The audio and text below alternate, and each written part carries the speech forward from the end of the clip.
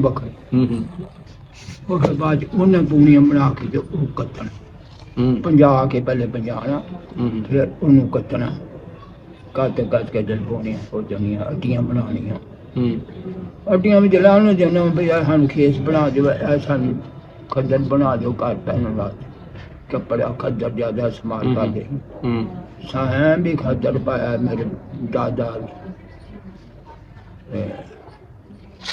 बाप दादे भी खद्दर ही पाया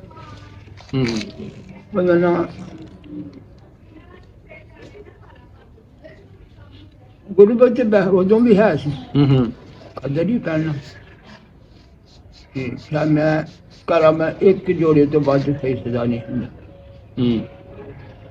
होंगी मेरा भी जोड़िया एक की बजा दो भरा ले क्यों मैं जाना सी इन्होंने बाप का भी एक दादा का भी एक दादी का कितों कोई इस तरह का दो तो बाद जोड़िया नहीं सी होंगी ਉਹੀ ਦੋਨੇ ਜੋ ਚਾਚਾ ਆਪਣੇ ਪਿੰਡ ਵਿੱਚ ਮਸਜਿਦ ਹੈ ਸੀ ਉਦੋਂ ਮਸਜਿਦ ਇੱਕ ਹੈ ਸੀ ਵੱਡੀ ਪੜ੍ਹਦੇ ਰਹੇ ਨੇ ਨਮਾਜ਼ ਅੱਛਾ ਤੇ ਹਿੰਦੂਆਂ ਦਾ ਵੀ ਹੈ ਸੀ ਮੰਦਿਰ ਵਗੈਰਾ ਹਿੰਦੂਆਂ ਦਾ ਮੰਦਿਰ ਵੀ ਹੈ ਸੀ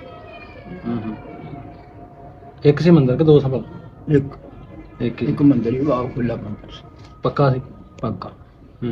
ਪੱਕਾ ਮੰਦਿਰ ਸੀ ਉਹ ਜਿਹੜੇ ਚਲ ਗਏ ਨੇ ਨਾ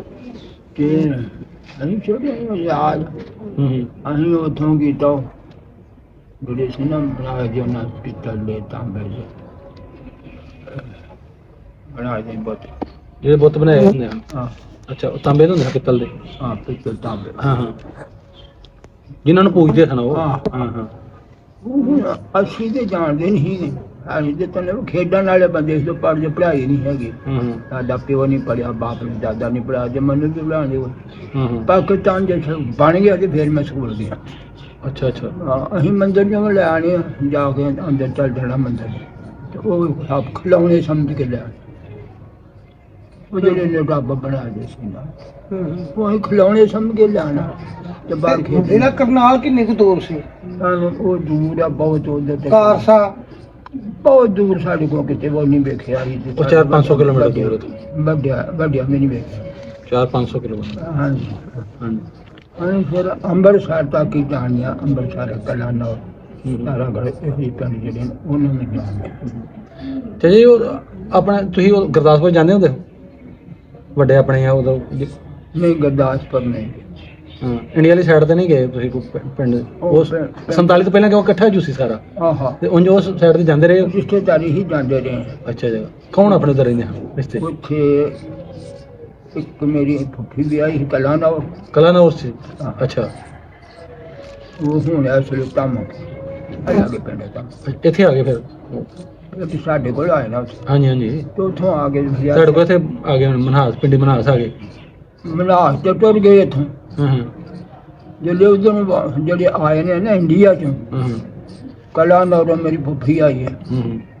ਤੁਹਾਡੇ ਕੋਲ ਆ ਗਏ ਤੁਹਾਡੇ ਪਿੰਡ ਆ ਗਏ ਪਿੰਡ ਆ ਗਏ ਪਿੰਡੀ ਆ ਗਏ ਇੱਥੇ ਰੇ ਕੋਈ ਅੱਛਾ ਅੱਛਾ ਉਹਦੇ ਤੇ ਰਿਸ਼ਤੇਦਾਰ ਸੀ ਸਾਡੀ ਮੈਨੂੰ ਫੁੱਫੜ ਹੀ ਲੱਗਦਾ ਉਹ ਵੀ ਕੀਤਾ ਉੱਥੇ ਆ ਗਏ ਪਿੰਡੀ